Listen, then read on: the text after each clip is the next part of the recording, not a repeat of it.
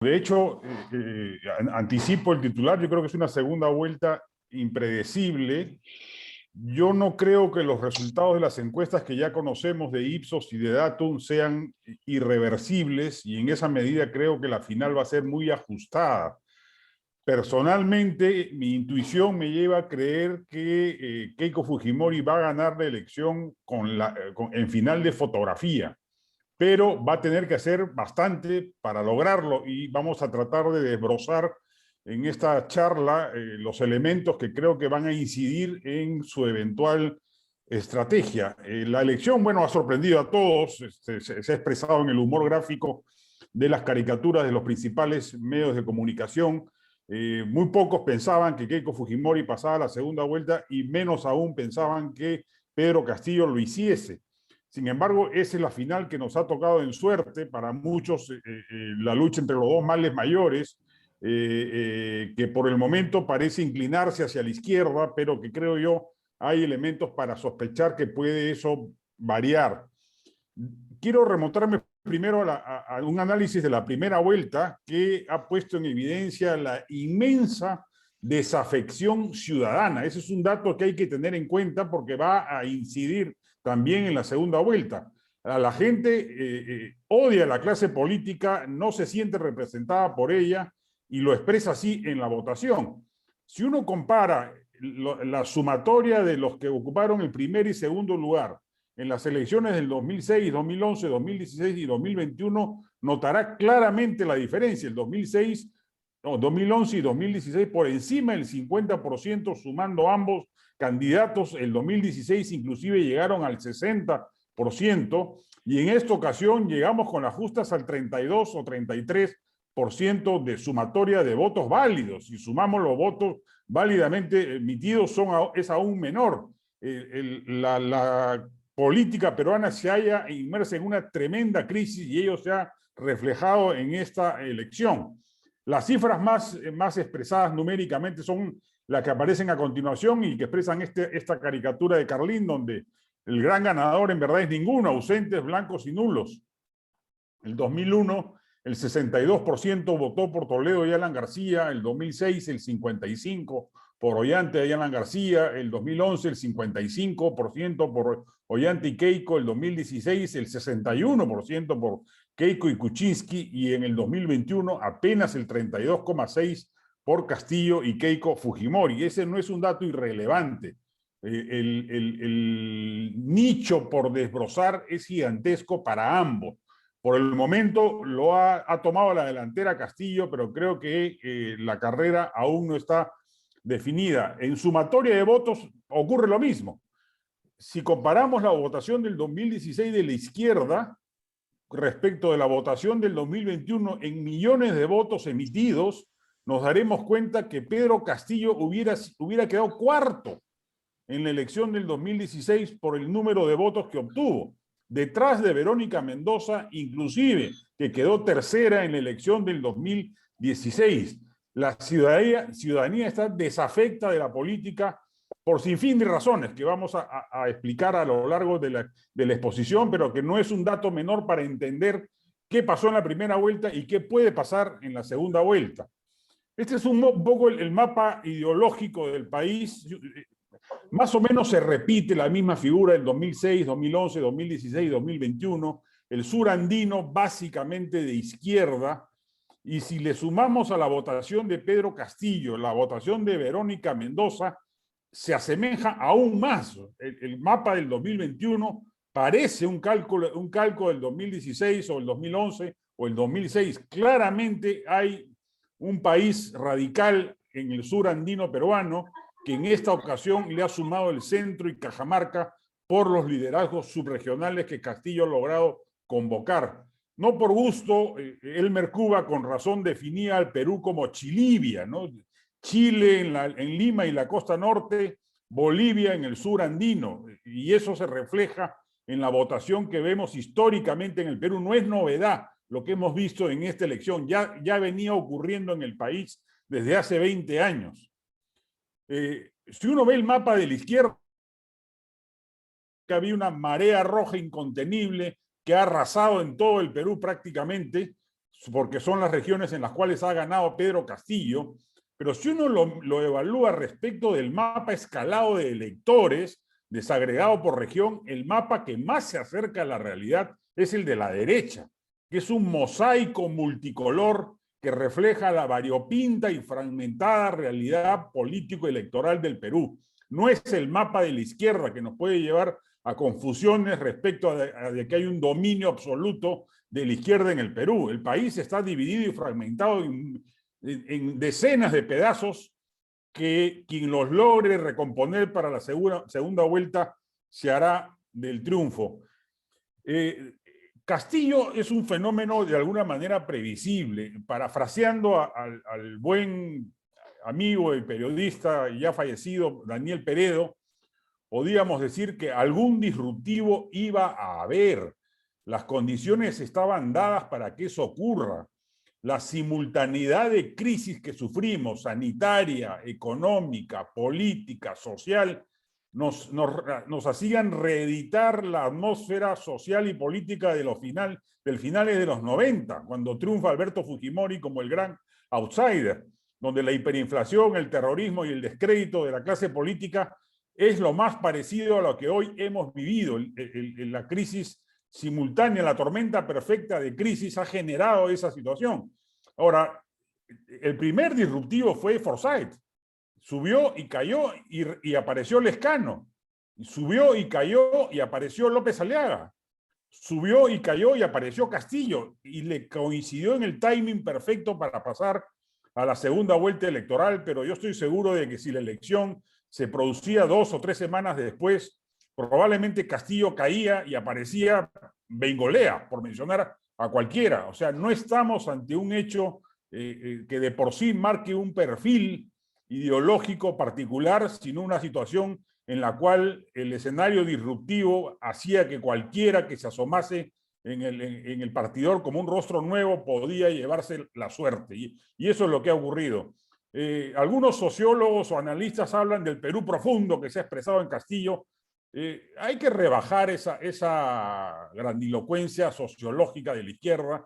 Castillo en la práctica ha tenido el 19% de los votos válidos y el 11% de los votos válidamente emitidos. O sea, no es nada.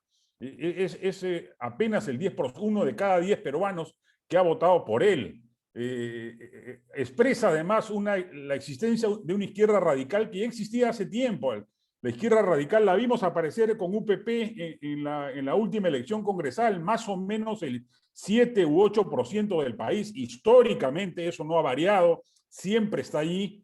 Y Castillo ha tenido el mérito de que le ha sumado liderazgos subregionales subestimados por la capital. Eso sí es verdad, que no los hemos visto, que se han sumado en Arequipa, en Puno, con Adubiri, en Junín, con Cerrón, y en Cajamarca, con el propio Castillo, con redes armadas por los vínculos con grupos subversivos o exsubversivos que claramente tiene el señor Castillo.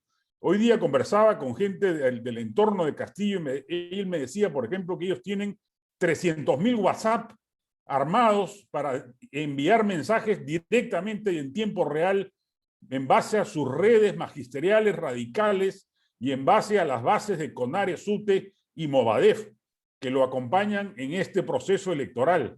Entonces, se ha movido en esos ámbitos y tiene organización detrás. Eso explica la aparición de Castillo, sumado a un malestar ciudadano evidente.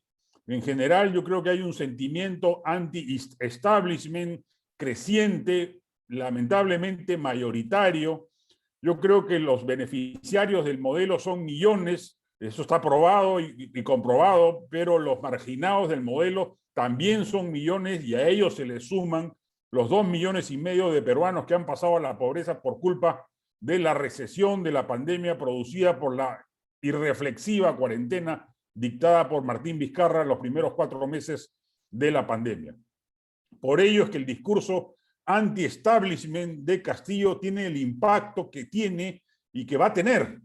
O sea, ya trazó la cancha, el mensaje de pobres versus ricos es políticamente potente. Y Keiko Fujimori tiene un desafío enorme para responderle a ese mensaje. En general, anticipo un poco lo que voy a mencionar más adelante, pero Keiko Fujimori la tiene difícil porque tiene que defender el modelo y a la vez ser anti-establishment. Recuperar el espíritu histórico del fujimorismo que siempre ha sido anti-establishment, que en los últimos 5 años perdió esa condición por errores cometidos por Keiko Fujimori, pero que debería ser capaz de reconquistar en las 7 semanas que restan para lograr convencer no solamente a su propia base electoral que defiende el modelo, conquistar a los indecisos y de alguna manera conquistar a los sectores D y E antisistema que se pueden sumar al proyecto fujimorista si se maneja una estrategia adecuada. O sea, no criticando al modelo económico, sino, por ejemplo, criticando al Estado y la desgracia de la salud pública, la desgracia de la educación, la desgracia de la seguridad, que pueden convertir a Keiko en una candidata por el cambio. En fin, creo que hay argumentos de marketing electoral que a mí me permiten ser optimista respecto de que puede lograr remontar lo que parece una diferencia hoy irreversible. A Castillo le ha tocado en suerte varias cosas. Una de ellas, por ejemplo, ver este cuadro donde se aprecian cómo en las regiones donde él más votación ha tenido son las regiones mineras donde más recursos tienen los gobiernos regionales, pero uno descubre pues que estos gobiernos regionales gobernados básicamente por la izquierda dejan de invertir 1.800 millones de soles al año y en canon y regalías acumuladas tienen 5.046 millones de soles. Claro. Entonces, ¿qué salud pública decente puede haber? ¿Qué educación pública decente puede haber?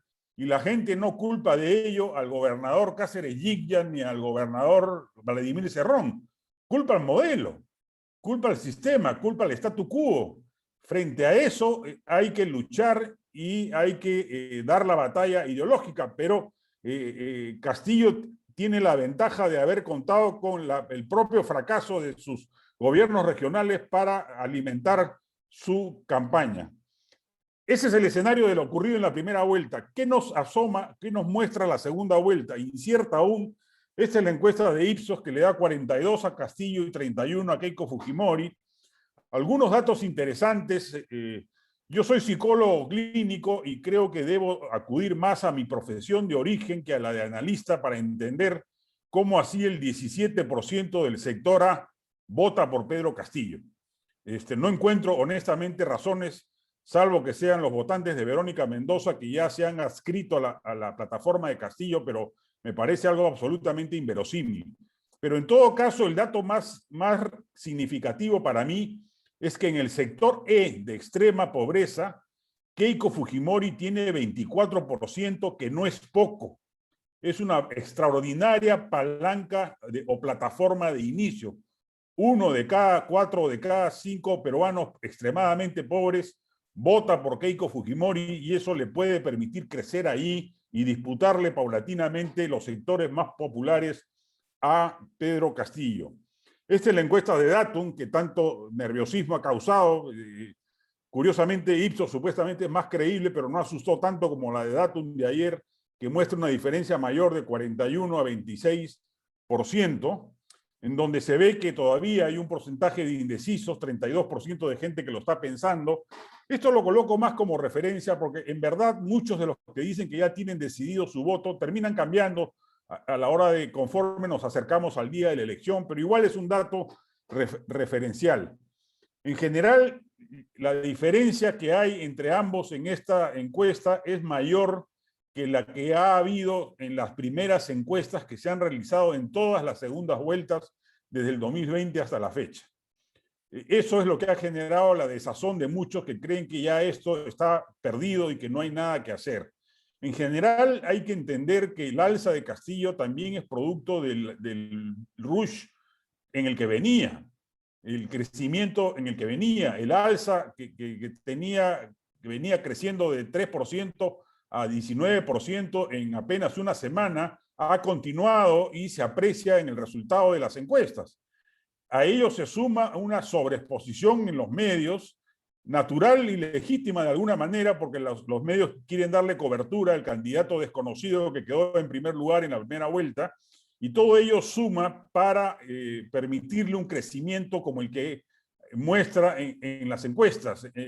pero un dato relevante es que disminuye notablemente el antivoto de Keiko Fujimori. Entonces hay elementos balanceados para hacer un diagnóstico más equilibrado de las perspectivas que nos muestra la segunda vuelta. Yo no creo que vaya a incidir el endose de los partidos. Yo no sé, Hernando de Soto, qué estará negociando, pero a Keiko Fujimori con razón le escuché decir hoy que no piensa establecer alianzas partidarias en esta segunda vuelta. No endosa, Hernando de Soto no endosa nada. El Rafael López Aliaga no endosa nada, Daniel Urresti no endosa nada, Bengolea menos, Guzmán menos aún, Forsyth ni hablar.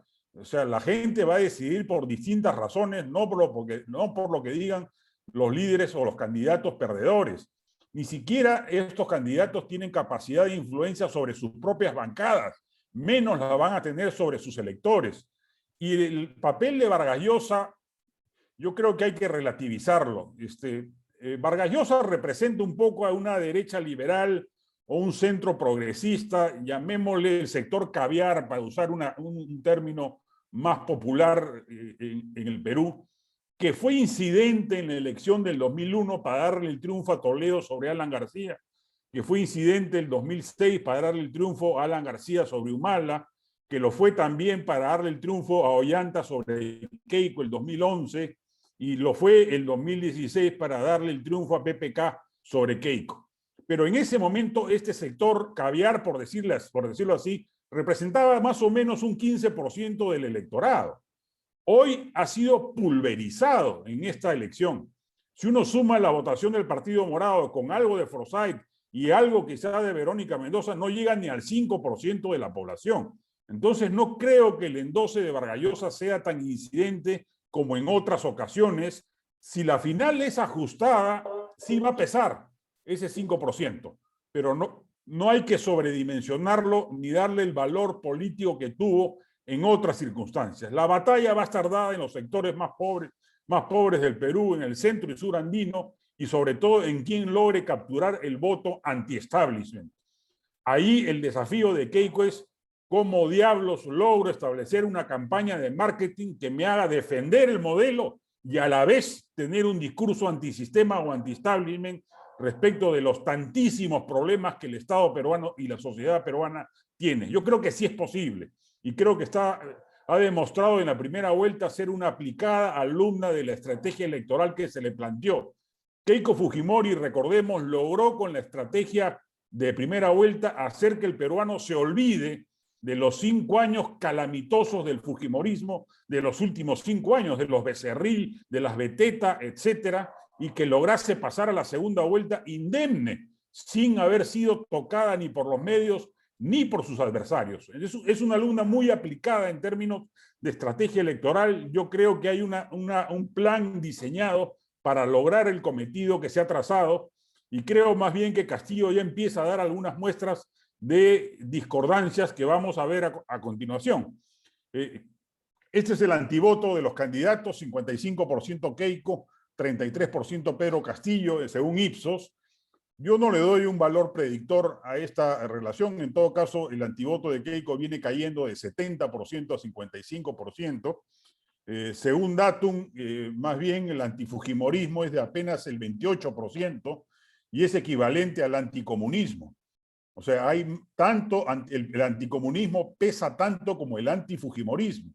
En esa medida, la insistencia de Keiko en el candidato comunista, marxista, leninista, sí pega, sí tiene impacto, es eficaz. No le basta, pero para empezar la campaña me parece una estrategia correcta. En todo caso, hay experiencias de que el antivoto no ha sido determinante. El 2006, Alan García tenía el mismo antivoto que hoy día tiene Keiko según Ipsos, 55%, y ganó la elección. El 2011, Ollanta tenía el 41% de antivoto, más que Keiko, y ganó la elección. Entonces, no nos guiemos por el antivoto necesariamente como un factor decisorio para el desenlace final de la segunda vuelta electoral. En cualquier caso, hay otro dato que sí me parece más significativo. Si uno suma la votación de los diversos candidatos y más o menos los identifica respecto de proponer un cambio radical del modelo económico o ajustes al modelo, en la primera vuelta del 2021 ha ganado por amplísima mayoría 71% a 29% quienes proponen ajustes al modelo, no quienes proponen un cambio radical. En general, en las encuestas últimas de los últimos 10 o 15 años, la derecha y el centro ganan en preferencias electorales largamente a la izquierda. Entonces hay techo, hay terreno por desbrozar, hay techo por crecer por parte de Keiko Fujimori si encuentra la estrategia electoral correcta. Hay 7 semanas por delante, es una enormidad, o 6 semanas por delante, es una enormidad en cualquier campaña electoral y más aún en esta que es definitoria. Las diferencias son marcadísimas. Esta es una nube de palabras de ambos programas de gobierno. Se ve claramente en el caso de Pedro Castillo, Estado es la palabra que más prima, es un candidato estatista, y en el caso de Keiko Fujimori, salud pública, educación, que ojalá le sirvan de leitmotiv en la campaña electoral. No le basta con decir que ella defiende la economía social de mercado. Esa palabra para los sectores populares no les dice nada. Necesita algo mucho más que eso. Eso refuerza su propia base electoral y está bien que empiece con ello para afianzar su nicho electoral, pero necesita salirse de la caja para poder romper el voto anti-establishment que Castillo ha conquistado en estos momentos con la estrategia de pobres contra ricos que le ha resultado y ha tenido efectividad. Algunas otras razones para entender por qué a mi juicio la cosa no está aún jugada. Normalmente se manejaban en las últimas campañas varias dicotomías electorales. El eje corrupción-anticorrupción. Entonces, todos los candidatos que enfrentaban a Keiko eran la candidata de la corrupción versus los candidatos de la moralidad, que al final terminaron siendo más sinvergüenzas que aquella a la que acusaban de corrupción. Pero, en todo caso, era un eje o una dicotomía que se utilizó siempre. En esta campaña no se va a poder usar, porque Castillo tiene a Vladimir Cerrón sentenciado por corrupción al costado y es un mentor ideológico. Se descarta en consecuencia esa variable política o ese misil o esa munición política contra Keiko Fujimori. Tampoco la democracia versus autoritarismo, porque si ambos pecan de algo, es justamente de autoritarios. Las sospechas antidemocráticas recaen en los dos por igual, inclusive más en los últimos días respecto de Castillo que de Keiko Fujimori. Entonces, tampoco es una variable que creo yo va a estar en juego en esta campaña electoral. Y la otra, que es progresismo versus conservadurismo, menos aún, porque los dos son conservadores.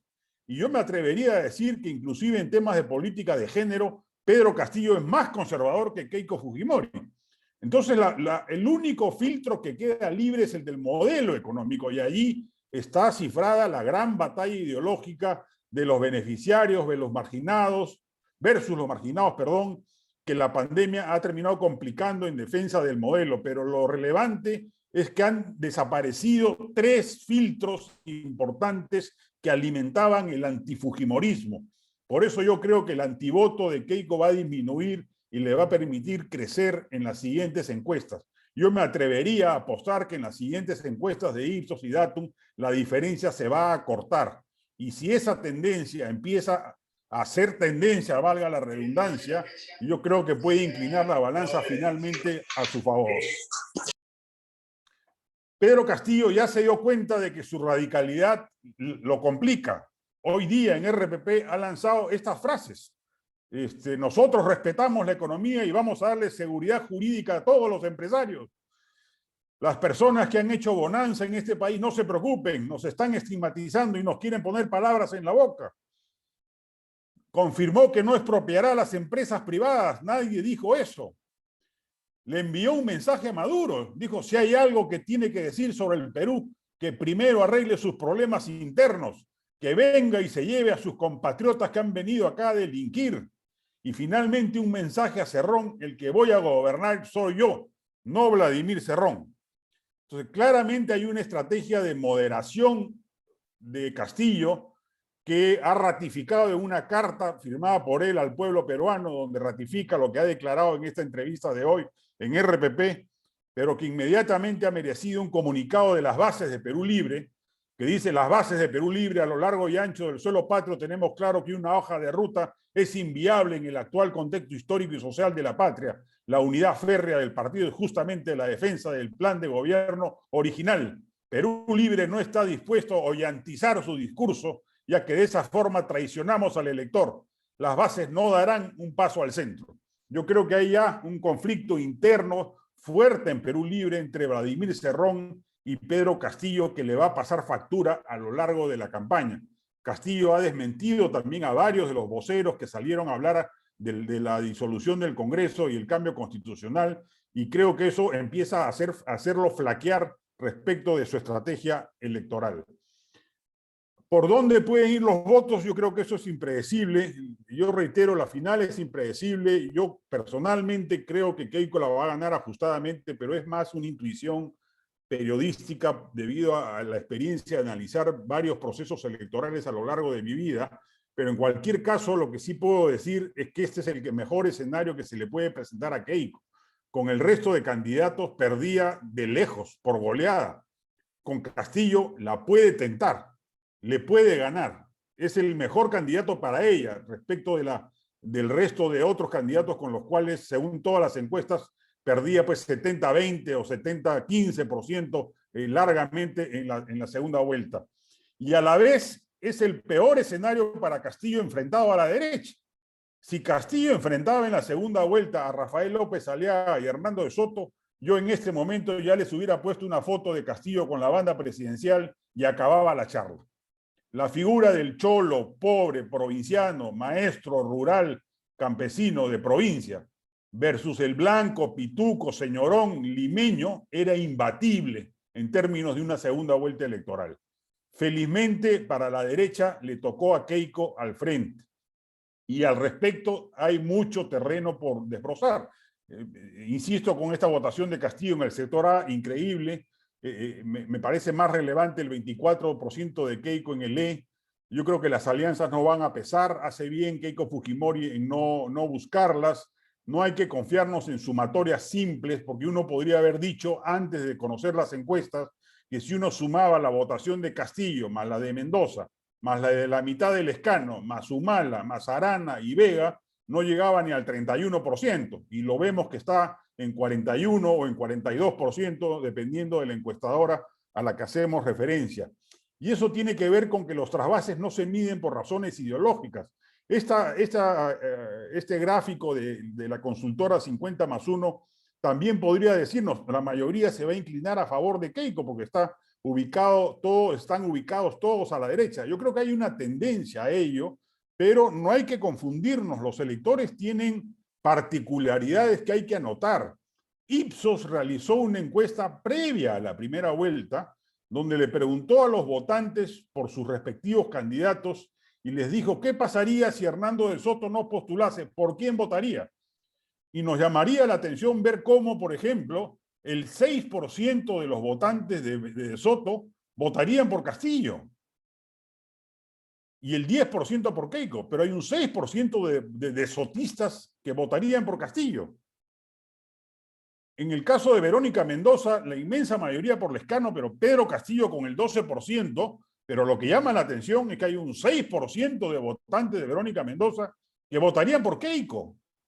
Entonces, repito, los mapas ideológicos detrás de los candidatos no son fortalezas doctrinarias inamovibles. El elector se mueve por sentimientos, por afectos y por espíritus y por ánimos. Y en estos momentos yo creo que el que predomina es un ánimo anti-establishment que Keiko Fujimori tiene que tratar de conquistar para derrotar a Castillo. No solo eso, pero básicamente eso. En el caso de Forsyth, supuestamente un candidato de derecha o de centro, su mayor votación se iba a donde Urresti y Verónica Mendoza. Increíblemente. Y un 11% por Keiko. Urresti, 8% de la votación de Urresti hacia Castillo. Y estamos hablando de una encuesta hecha antes de que Castillo fuese la sorpresa disruptiva en las encuestas. Y vemos cómo los votantes de Urresti se inclinaban en un 8% por ese candidato y 10% por Keiko Fujimori. En el caso de Acuña, lo mismo, 6% por Castillo y 8% por Keiko. Entonces, no es tan cierto que un en 12 puede determinar. Keiko no necesita que Acuña, Forsyth, De Soto, López Aliaga, Lescano le digan te respaldamos y con eso tiene asegurado el triunfo electoral. No pasa por ahí el resultado de la segunda vuelta electoral. En el caso de Guzmán lo mismo, la mayoría de sus votantes, 14% Verónica Mendoza, pero 8% por Pedro Castillo.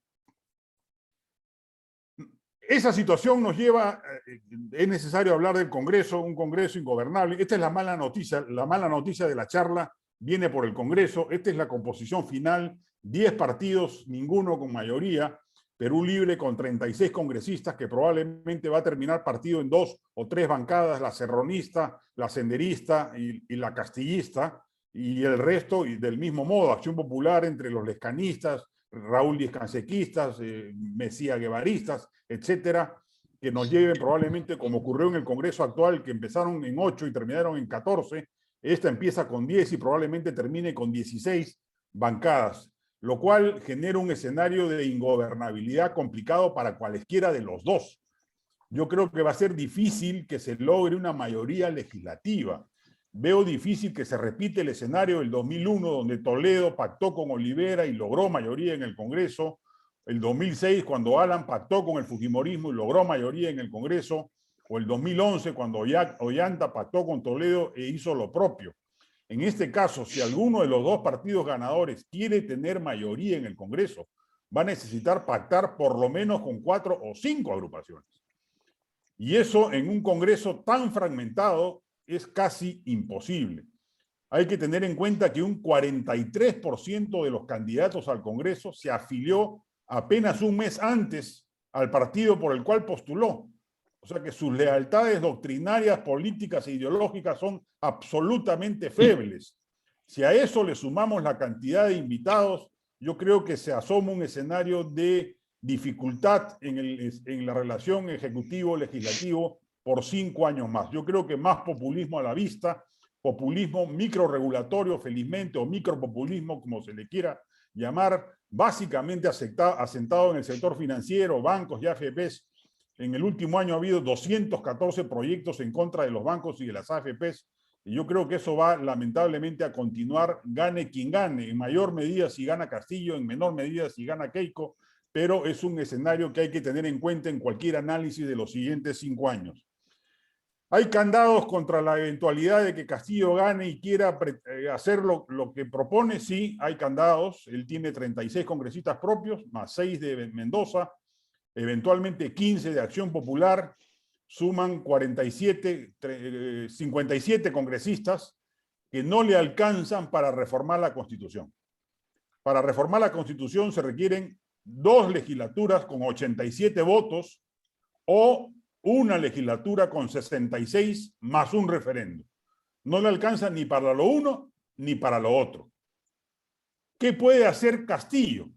Disolver el Congreso. Y lo puede hacer de 2 maneras. O legalmente, llevando a 2 gabinetes ministeriales que vayan a provocar, por ejemplo, a proponer el indulto a Abimael Guzmán y a provocar, por ende, la negatoria o la negativa de la confianza y la caída del gabinete, y al siguiente gabinete proponer otro disparate como ese e instruir a su propia bancada que voten en contra de la confianza y lograr que el Congreso le retire la confianza a 2 gabinetes y cerrar el Congreso legalmente como hizo Vizcarra. Y la otra es que lo haga fácticamente, inconstitucionalmente, lo que generaría, yo creo, un escenario de turbulencia que no desembocaría en la continuidad del proyecto de Castillo. Por el contrario, yo creo que habría ahí algunos contrapesos extraconstitucionales que entrarían en juego, que más adelante los preciso. Pero yo creo que en general hay contrapesos y candados que tornan difícil que si gana Castillo pueda cambiar la Constitución. Igual tiene capacidad de daño, puede dañar enormemente, puede destruir la economía sin necesidad del Congreso, sin necesidad de cambiar la Constitución. Pero en todo caso es necesario señalar que hay algunas cautelas constitucionales que va a ser difícil que pueda sortear con la votación que ha alcanzado. En general, ya para terminar, yo veo un futuro complicado, se vienen 5 años muy complicados para el país. En el mejor de los casos, si gana Keiko, sin cambios en el modelo económico, pero sí con un Congreso que va a perforar permanentemente el modelo con iniciativas microregulatorias o populismo regulatorio o micropopulismo, como lo quieran llamar, como lo hemos visto en este último año con el Congreso actual. Y en el peor, si gana Castillo, un estatismo desembosado que va a tratar de lograr su cometido constitucional a como dé lugar. Va a haber necesidad de pactos multipartidarios. Yo creo que más posibilidades de lograrlos tiene Keiko Fujimori que Castillo, que no pasa de los 57 congresistas mencionados. Keiko Fujimori sí puede lograr alguna mayoría si logra hacer los pactos necesarios. Pero en general, dada la dificultad de que eso ocurra, yo creo que vamos a estar expuestos lamentablemente nuevamente a la puesta en escena del escenario de vacancias y disoluciones permanentemente. Salvo que alguno de los dos, y particularmente Keiko, que tiene más posibilidades de hacerlo, logre este pacto multipartidario que va a tener que incluir cosas tan puntuales como, oye, Acción Popular, yo te doy a ti el Ministerio de Transportes y tú dame tus votos, a ti Acuña te doy el Ministerio de Energía y a ti de Soto te doy el MEF y el BCR y a ti López Aliaga te doy educación, etcétera, etcétera, y a cambio de eso firmamos un pacto y logramos llevar adelante la gobernabilidad del país. En el caso de que Castillo llegue al poder, y este es un escenario que yo creo que hay que tener en cuenta, y no creo ser alarmista al mencionarlo, yo creo que ustedes me piden sinceridad y crudeza, y en esa medida quiero ser todo lo sincero posible. Yo creo que si él opta por el camino del autogolpe, de disolver el Congreso fácticamente, o de convocar en paralelo a un referéndum para convocar una asamblea constituyente fuera de los cánones constitucionales, lo que en la práctica sería un autogolpe constitucional, se expone a un golpe de Estado militar. Yo sí creo que los sectores castrenses en el Perú no están dispuestos, y he conversado con muchos de ellos, no solo de la Marina y de la FAP, que en todo caso ya son conocidos por su derechismo, sino con miembros del ejército peruano en actividad y en situación de retiro, que textualmente lo que me dicen es: nosotros, nuestra generación, fue teniente y fue cabo cuando luchamos contra Sendero. No vamos a permitir que un candidato lleve al Perú por ese camino de ninguna manera. Entonces yo creo que es el escenario menos deseado, pero si el señor Castillo decide llegar al poder y una vez allí se zurra en la Constitución y trata de seguir un camino bolivariano, se expone, creo yo, a una situación de ese perfil. Yo no creo que pase aquí lo de Venezuela o lo de Nicaragua. Yo creo que ese escenario está descartado. Antes de eso se produce una interrupción militar del mandato electoral del señor Castillo. Muchas gracias. Ok, muchas gracias. Vamos a empezar una ronda de intervenciones. No sé si alguien desea hacer uso de la palabra. Entre tanto, Ricardo, por favor, esperamos tu comentario. Jesús, muchas gracias, estimados colegas. Bueno, con Juan nos conocemos, con Juan Carlos nos conocemos un montón de tiempo ya. Y feliz que estés acá, Juan Carlos. Mira,